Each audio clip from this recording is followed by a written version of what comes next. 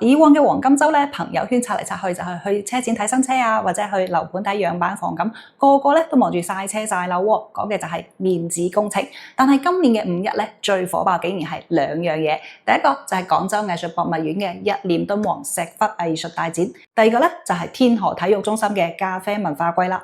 咁先講敦煌展啦，5月1號一開展就排晒長龍喎，成人票98蚊，學生仲可以半價添。就算要提前預約排隊入場咧，都阻止唔到街坊們嘅熱情啊！嗱，呢個展咧就係敦煌研究院官方主導嘅，第一次將莫高窟、儒林窟好多未開放洞窟嘅壁畫彩塑搬到廣州喎，仲有好多咧從未公開過嘅復原成果。嗱，以前去敦煌咧就要坐成3個鐘飛機啦，而家喺家門口就可以穿越千年睇到飛天神女西遊原型，唔怪之得日日都爆滿啦。咁我哋再嚟睇咖啡展啦，天河體育中心南廣場2萬平方米嘅展區，13個國家、43座城市、230幾個咖啡品牌齊齊亮相喎，而門票先8蚊，竟然吸引咗13萬嘅市民去打卡，帶動周邊嘅商圈消費過億啊！嗱，大家就唔係單純去飲杯咖啡，而係去學手沖啦、睇拉花啦、試下創意特調，甚至同世界各地嘅咖啡師交流心得添。好多攤位開幕嘅首日咧就賣斷貨，場面熱烈到你唔信啦！咁對比翻以前啦，大家假期都中意去睇車睇樓，覺得要買大件嘢先至係成功嘅象徵，係身份嘅體現。